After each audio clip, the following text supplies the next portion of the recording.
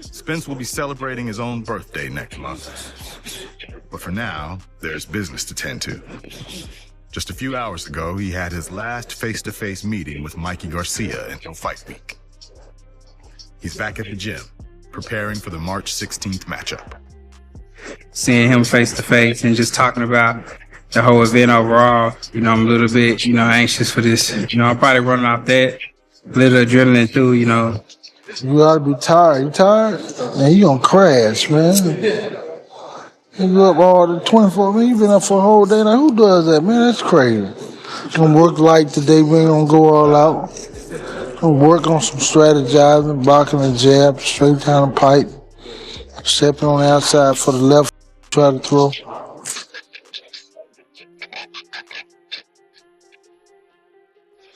You might see that shot. You might not just come in like that. You gotta anticipate what he gonna do. Double up. 3.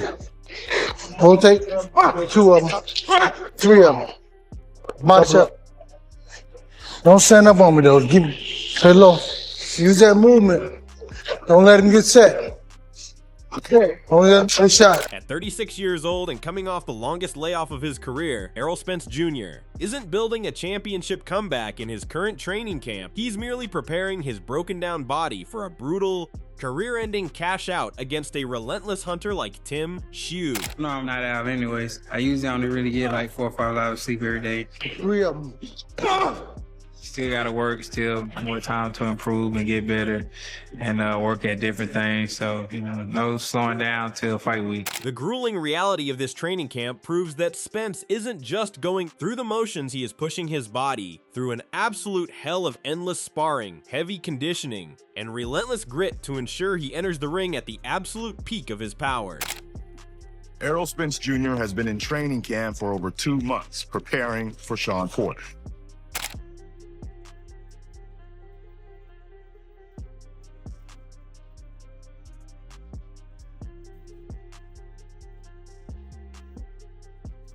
That savage physical commitment is fueled by an unshakable mental obsession. As Spence himself admits, he is constantly visualizing every possible scenario to ensure this comeback culminates in a clinical, one-sided destruction. I envision a fight in my head probably a million times. I win, but it's just different scenarios how I win. I just prepare myself mentally for a 12-round grueling fight. I love it to be a first-round knockout or a third-round knockout, but mentally I'm always prepared for a 12-round war. In my head, I want a one-sided beatdown, me just punishing Mikey Garcia. To force that reality into existence, Spence has heavily prioritized specialized strength and conditioning work in this camp, rebuilding his physical foundation from scratch to withstand the relentless, high-volume pressure he knows is coming from Tim Tszyu.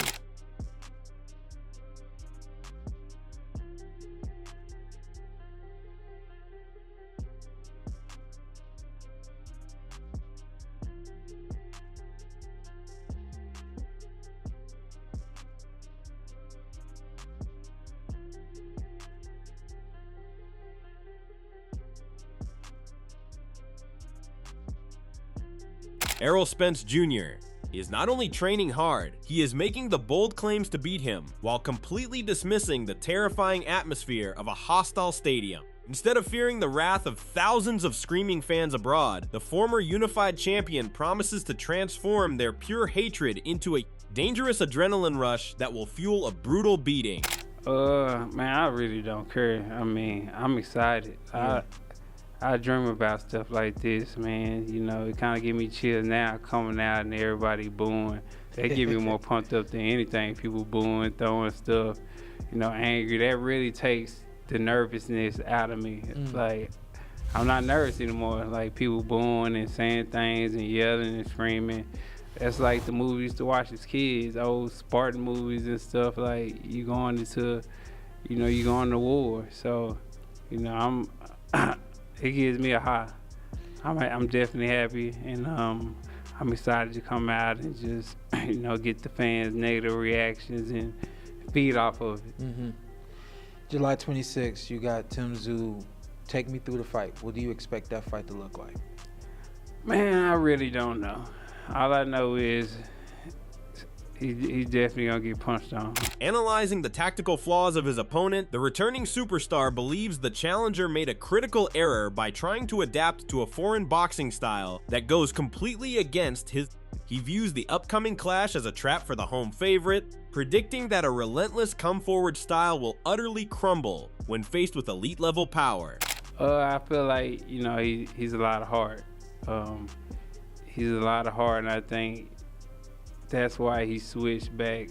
He had the Cuban coach, and I feel like that wasn't gonna work out well for him because, I mean, he can't learn that type of style that, you know, the Cuban coach is teaching. That's more cultural, more, you know, rhythm and things like that, and things that I feel like he don't have. You know, he's a more of a, you know, come forward fighter, you know, hard, you know. And, you know, I feel like he's pretty good. He's good. You know, he beat Terrell Goucher. You know, he beat Tony Harrison. You know, I think he beat them on the back end of their career. But, you know, I feel like this supposed to be his coming out party against me, so I'm super excited. What are you looking forward to in terms of being in Australia? Going into his backyard, you did that with Kell Brook back in the day. Kind of, you know, take me through what you expect this Australian boxing culture to respond to Errol Spence Jr.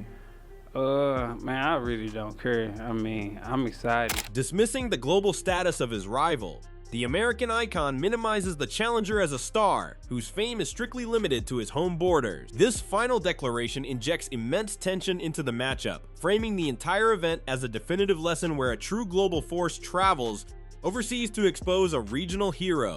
I'm so glad to have him back.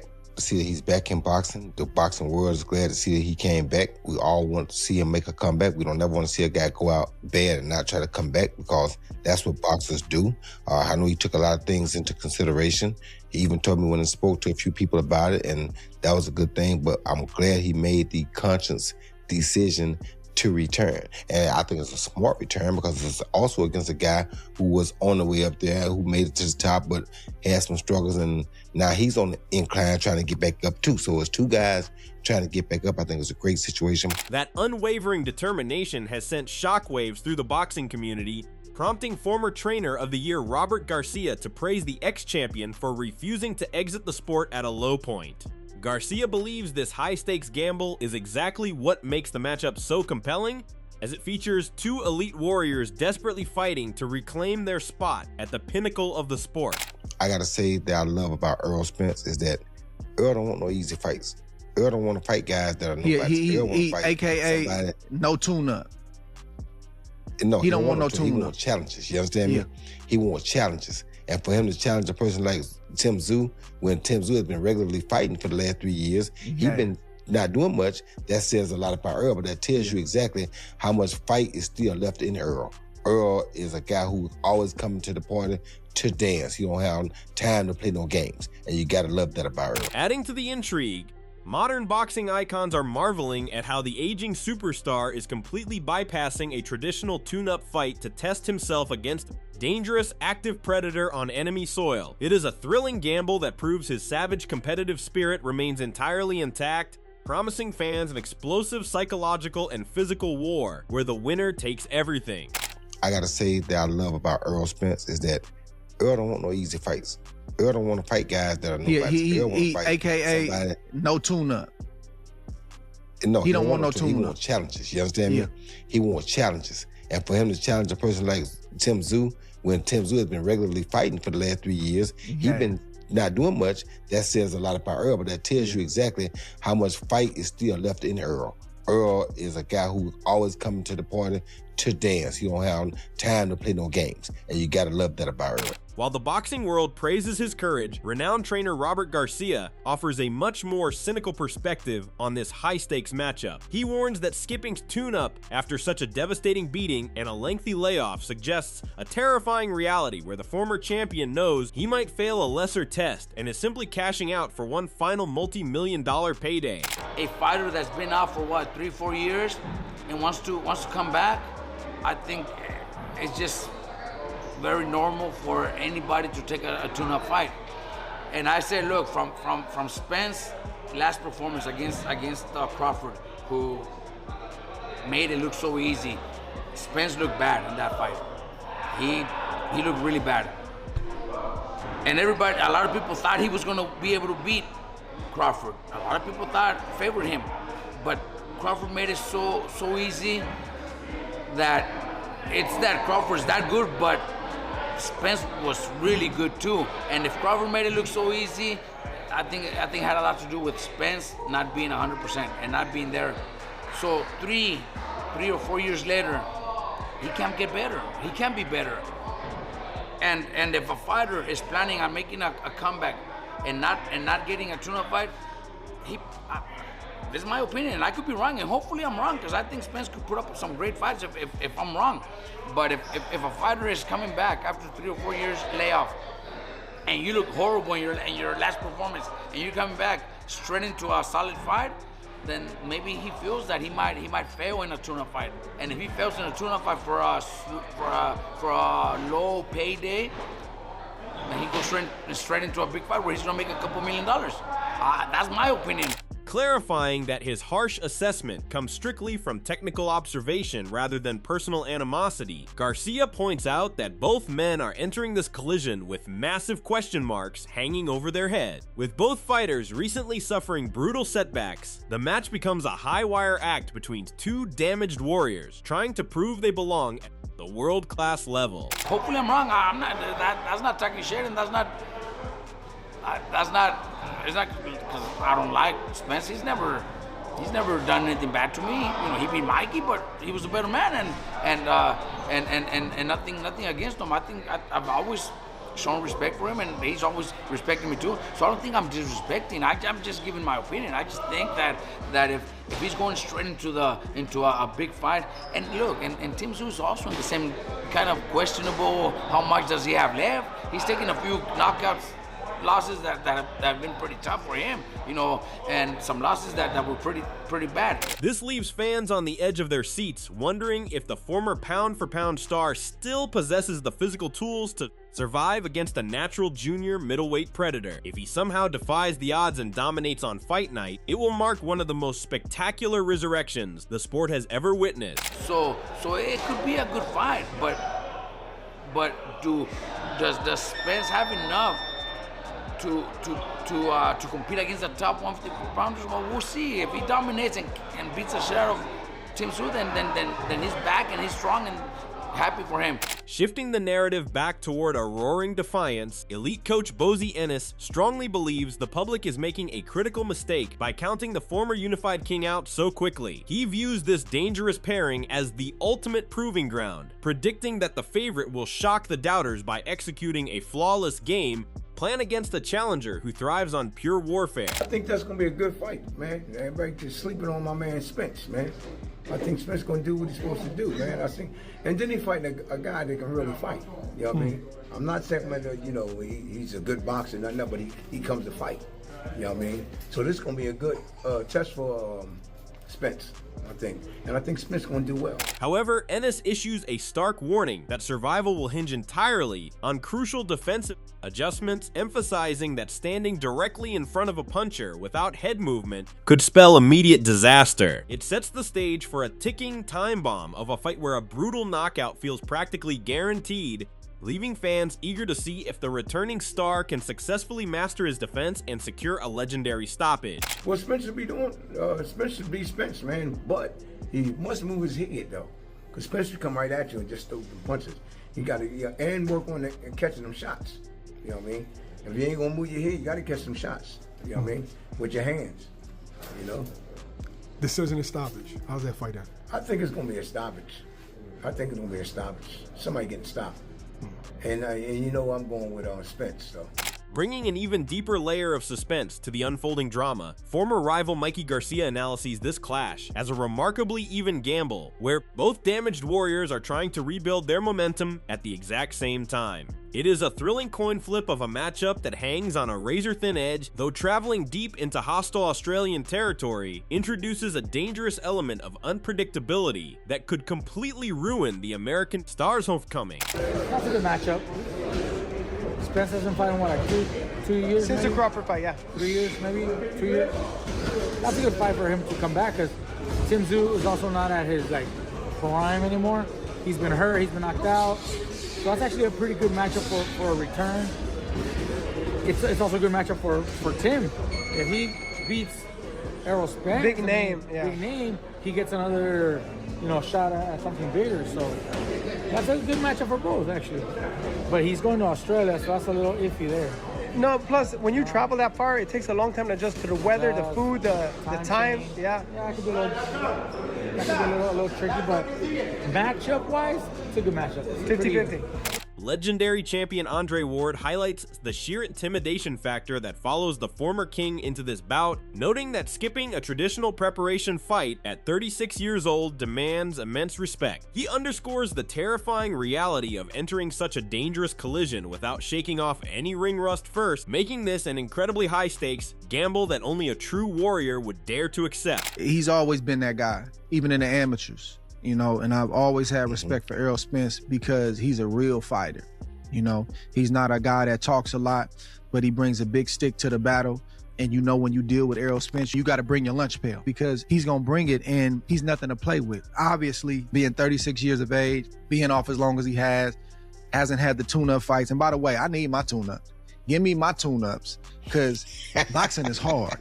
I need my tune-up because I need to sharpen my tools. I want to make another paycheck before I make the big paycheck, but that's just me. I need my tune-ups. Delving deeper into the psychological warfare of the sport, Ward reflects on the intense internal voices and mental hurdles every prize fighter must conquer before stepping under the bright lights. He marvels at the massive risk involved in bypassing an easy paycheck, proving that the American star possesses a rare level of self-awareness that only craves the absolute highest level of competition. But I respect this brother because he's not with the tune-up. And you got to know who you are. If Errol knows that I can't really get up for that guy, then I can only get up for these type of guys. You gotta know yourself. And Errol Spence knows himself. So the respect is always gonna be there for him. And we will unpack this fight as we get closer, because it's not until July 25th, but I'm excited to see him back. I'm excited to see him talking this talk. I would have just as much respect for him if he walked away and was able to sort of deal with them voices that we got to deal with as fighters and overcome that to say, nah, I'm good. I've done enough.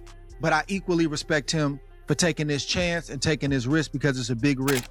The anticipation reaches a fever pitch as Ward looks ahead to the explosive tactical battle waiting in hostile territory where the home favorite holds a massive comfort advantage. If the returning icon can somehow pull off this monumental victory and conquer the foreign environment, it will completely shake up the landscape of modern boxing and solidify an unforgettable legacy. But oh boy, if he can pull it off, if he can come back and look anything close like himself, psychologically, mentally, physically, it's going to be a beautiful thing in the sport, because when Errol Spence is boxing is in a better place. So Errol, welcome back, brother. We're excited to see you not long from now. And Tim Tszyu, very, very dangerous. He's had some rough moments his last couple fights, but he can still punch and he's still dangerous. He's going to have his feet on home soil, so he's going to be comfortable in that ring against Errol Spence, but we'll see if Errol Spence can make him uncomfortable.